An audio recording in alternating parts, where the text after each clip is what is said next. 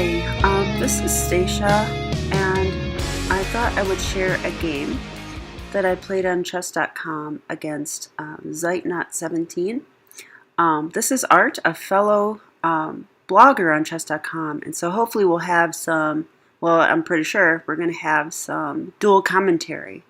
This game should be interesting. I'm really interested to see his comments on the game as well. He opened with d4, and I really had no idea what to expect here. I played knight f6, my normal move, c4, c5, the Benoni. Okay. He went knight f3 here. Of course, the best move is d5, in which case I would probably go b5 to get the Benko gambit. Knight f3 transposes into the symmetrical English, and my computer is calling this the two knights variation, although I've also heard it called the Anti-Benoni.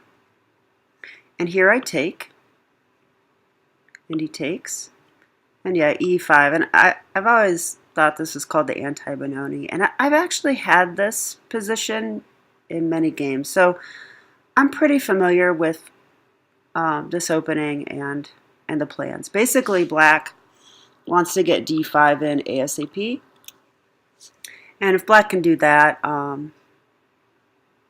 they're going to be okay.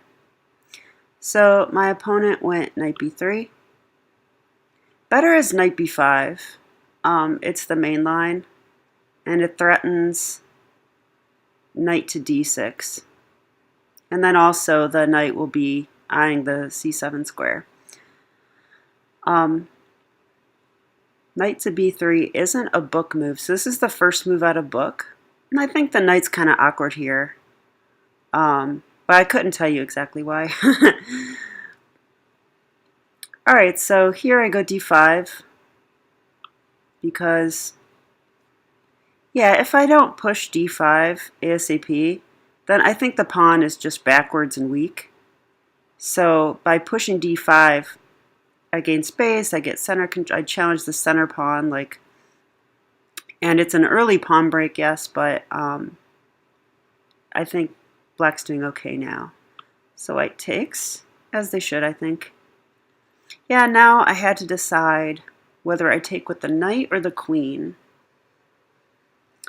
And I went with the queen here, because a lot of times I like my queen on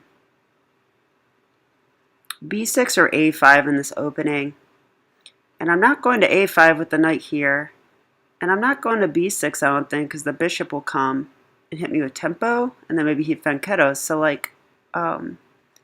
so I actually thought getting the queens off the board would be okay. Computer says if you take with the knight, the queens are later traded anyway. So I guess this is going into an endgame here. Or I hesitate to call these positions endgames. I mean, it's a queenless middle game. Let's call it that.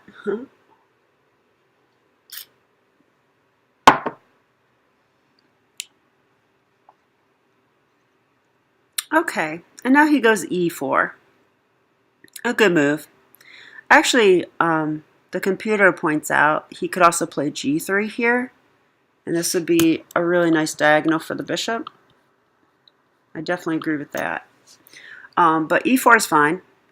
So he's getting center control with tempo against my knight. And now I go knight b4. So the simple threat of forking him here.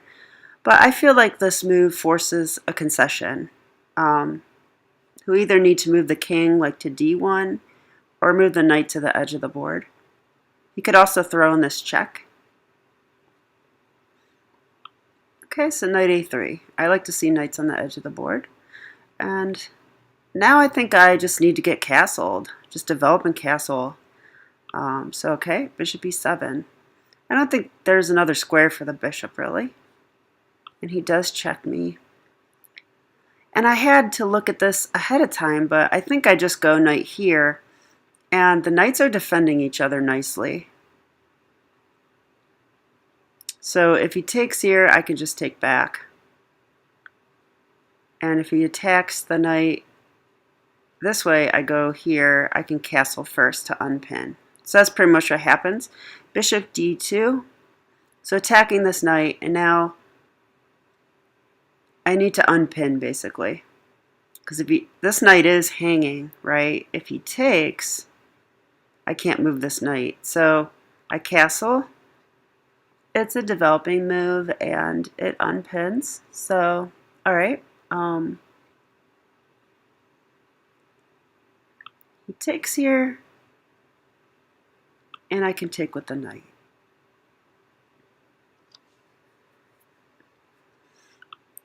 White castled, bishop e6. Okay, and at this point in the game, we were 13 moves in. I just completed development. White is also fully developed. But the thing is, even though the pawn structure is completely symmetrical, black's pieces are slightly better placed.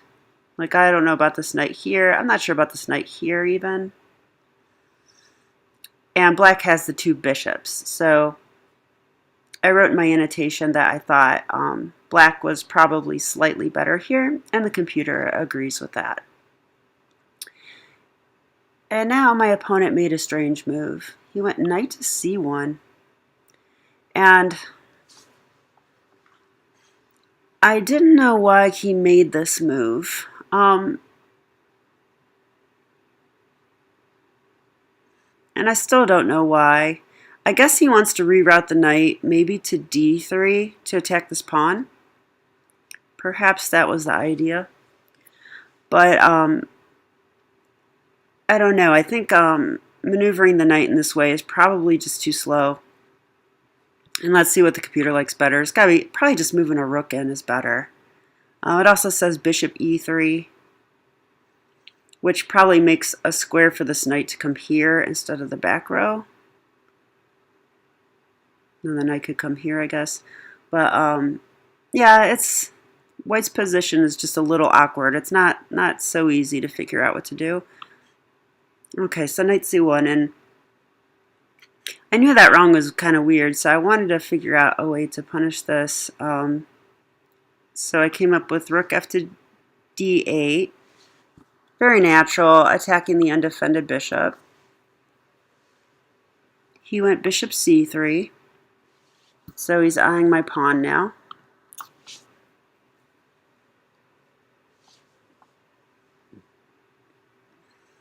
And now rook a to c8. And the thing is, this b pawn has two jobs. It's defending the bishop and it's defending the knight. So that's overloaded, essentially, and I'm even attacking the knight right now. So I thought I would line my rook up with the bishop. So idea being I could potentially take one, and when the pawn takes, the other one hangs. So all right. He played knight b5. And again, I think this is maybe the second mistake, because I'm not sure what prospects that knight has on b5. It looked like I could just kick him away and he has to go back to the a3 square. And I'm not sure why my computer's thinking right now. So, okay. And what's funny is the computer found an even better move. Bishop to c4. That would fork the undefended knight and the rook. So that would have been nice. But I played the simple move a6. I guess that's a mistake. Knight a3. Yeah, the knight has no other squares. So the knight has to return. And now I decided on the move knight to d4. So I like this move because if he trades, I can create a pass pawn in the center, which should be good for black. And I do have a check here, which is currently guarded by the knight on c1, but this knight doesn't want to be here. So if he moves, I can do this check. And then this is overloaded. So I really liked my position here. I wasn't even sure what white should do, really. Computer gives bishop a5. Yeah, tempo move. That probably makes some sense. Or it wants to take, which I would have been okay with that. Okay, but my opponent played knight to d3, and yeah, I think it's a mistake because of this check. So I come in, forking the king and the bishop, and now this overloaded b pawn is a problem. So king has to move, takes. And when he takes, now the knight, like I've been saying, is hanging, so I grab that. And he does win this pawn, so he wins my center pawn. But black's up material now, a piece for a pawn. And black has the two bishops. So I thought black was probably winning here. A computer agrees. It says minus 6.8. So it's a matter of conversion now, but it's important to keep your wits about you. White certainly has some play and probably some tricks, so I didn't want to put my guard down necessarily. I still want to play chess, Sometimes it's easy to get too comfortable. All right, so I played bishop to b2. This forks the rook and the pawn. Move the rook over. This takes with tempo against the knight. So the knight retreats. Maybe f4 is an idea here, because I'd have to give up my two bishops, but I'm not sure about those two isolated pawns in the center. So all right, the knight came back. Now my pawn is attacked, but I saw that, so I moved it. Rook f to d1 here, and I'm not really sure about this move, and the reason is I can trade down here, which I think is good for black. The only real concern here that I had was that if I ever move this rook up the file, I'll get back rank checkmated. So I should probably make a luff for my king soon. Okay, and yeah, I played bishop g4. Yeah, so I'm calling these types of moves classic Stacia moves. Yeah, sometimes I don't find the best moves. I find comfortable moves. And bishop g4 is an example of a comfortable move. I'm just going to trade off my bishop for the knight and claim that I'm winning. But the best move here is definitely to take this pawn, because you create two connected passers, which is another advantage. And really I need to learn to be uncomfortable and just build my advantages and play correctly, I would say. But I played this. I mean, it's not bad or anything. It's just not accurate, if you ask me. All right, so the rook came down to d6, attacking this. I took here. That was my intention. So white's pawn structure is more damaged. I played a5, but now rook d5.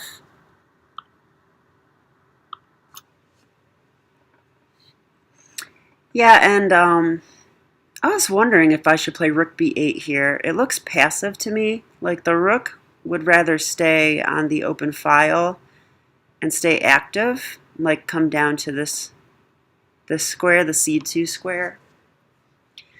But I'm kind of wondering if, yeah, rook b8 is okay. Computer actually likes my move a little better.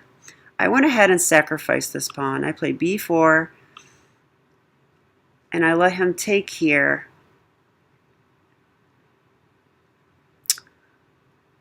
Oh, and, well, the computer had a specific idea in mind. The move b3. I did not find this idea. I'm attacking the rook, so he doesn't have time to take this. He basically has to move, and now I can push the pawn. Wow. So that looks pretty powerful. Threatening to queen. So he has to go here. And now what? Yeah, bishop d4, and we're threatening. Check. So, wow. Yeah, I like that plan. I did not see that. Instead, I just sacked the pawn. Yeah, not the smartest. So, b4, he takes, and I just go f6. I'm playing this simple, right? I don't want to get back ranked, and this creates a square for my king to come out when he's ready. Maybe I come here.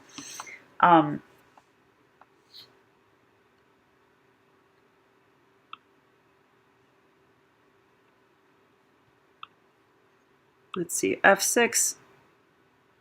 Oh, a4 was played. Yeah, so I can choose to take en passant, but then he'll take the pawn, and I did go for this. Better is rook b8 here, or b3. Again, b3. I like b3 the best. So I didn't see that idea, so that's an example of something that I will make into a flashcard, because I guess I'm not familiar with this type of pattern, but things tend to happen again in chess, so I do want to remember that. Bishop b8, though, just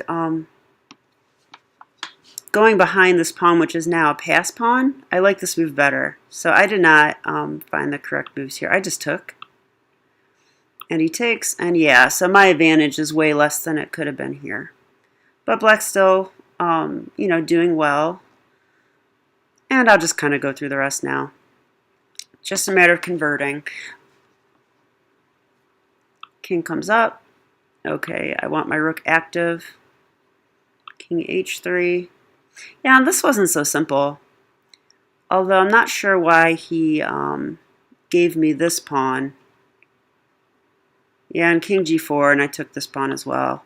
So I don't really agree with those two moves. I think white should probably hang on to these pawns and just defend. Okay, f4 was played. I think maybe his idea was to pin my bishop and win it. Because I do need to be careful here. I think if I go like bishop b8, he'll play rook a8, pinning. If I go bishop c7, he can go rook a8 check, king f7, and rook a7. And again, the bishop is pinned, and then I would go like rook c2. So I guess I'll put that on the board real quick. Just a line I saw, and let's see what the computer says about it. It says it's fine.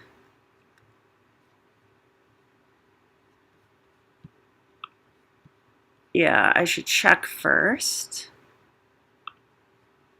Check, king f7, rook here, and yeah, probably, wow, it wants to throw an h5 check. Pretty interesting, but rook c2.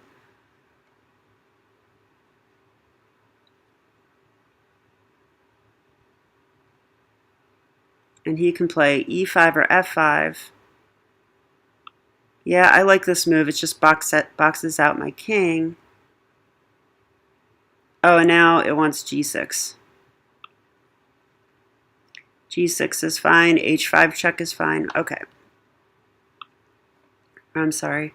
g6, g5, or rook c3. Rook c3, just a waiting move, I guess. Maybe white doesn't have a lot of moves here. All right, so I guess that is fine, but why allow that? I don't like this pin, so I didn't go into that. And yeah, instead I moved my bishop here. All right, now he's threatening to come in and back rank checkmate me again, so I didn't want to allow that, so I brought my king up. And notice that the bishop is covering the checking square, which is nice. And here I throw in this check, throw in another check, throw in another check, and I'm okay. I can defend the bishop. He comes there, and now, okay, threatening to win this pawn.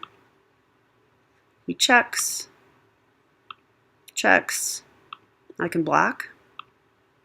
Yeah, and I had to make sure that this was okay, but I think it is because he takes, and I cannot take the pawn. I would lose the rook, but I can go here. Attacks the bishop. Bishop here, so I'm going to just create this solid structure with the pawn here.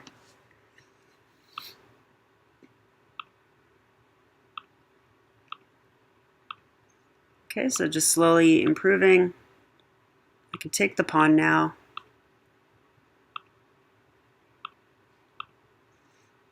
Okay, and now it's time to just advance.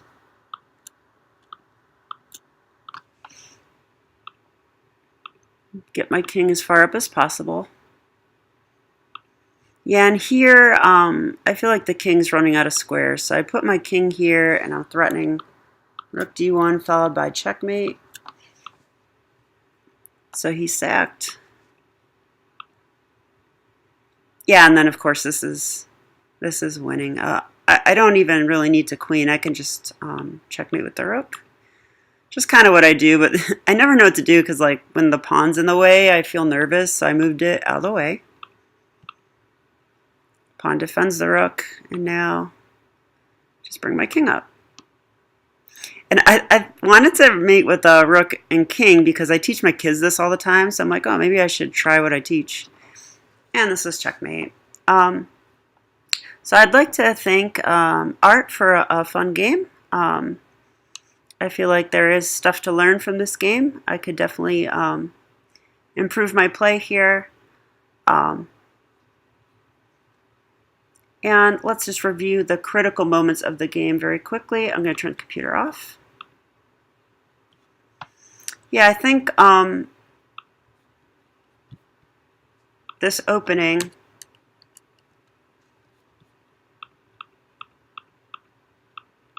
is fine.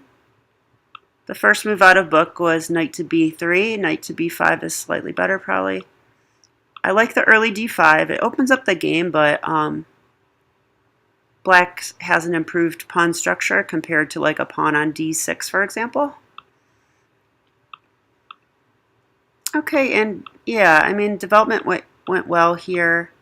I ended up with a slight advantage, just 2 bishops and slightly better placed pieces. Yeah, I'd say this is the first like mistake of the game. Is this knight c1 move? Disconnects the rooks, and the knight doesn't have a clear path in my mind. So I attack the undefended bishop. Yeah, I thought the rook should... Oh, I was going to say, I didn't point this out in the game, but I liked this move because if the rook defends, I have the move bishop b4, attacking the pinned bishop, because if he moves away, that's going to be checkmate. All right, so yeah, then this is the next mistake. Partially because it allows bishop c4, which I didn't see, but also just because the knight is not doing anything here. I think, you know, if he had moved the bishop first, then maybe the knight could come to c3. I like that idea, but the bishop is occupying that square currently. So okay, I just kick him back and come in. Yeah, and I like this plan. I think that the knight's very strong here, and it just seems like if he takes, I get a strong pass pawn. So yeah, and then this is probably the critical mistake of the game, this knight move here, just because it undefends the forking square and the pawn is overloaded. So I guess this is like a little tactic. And from here, it was just a matter of converting. And I need to be a little cleaner about this. The one idea I want to remember here is that sacking the pawn is fine, but I missed the idea of b3 here. Sometimes I forget that there's tactics in the endgame, but there's always tactics in the endgame. That's something I should never forget. So that's going to be on my flashcard. And just that this move, he can't even take the pawn because I'll take the rook. And if he doesn't take it, this pawn is really, really dangerous. And black would win shortly instead of the way I did it, which was kind of painful, right? And there was room for me to make mistakes. And I even thought he might be able to draw. I wasn't sure, you know. So, okay. Again, I'm looking forward to seeing Zeitnot or Art's comments. I will link his comments below and in my blog as well. So thank you for watching and have a great day.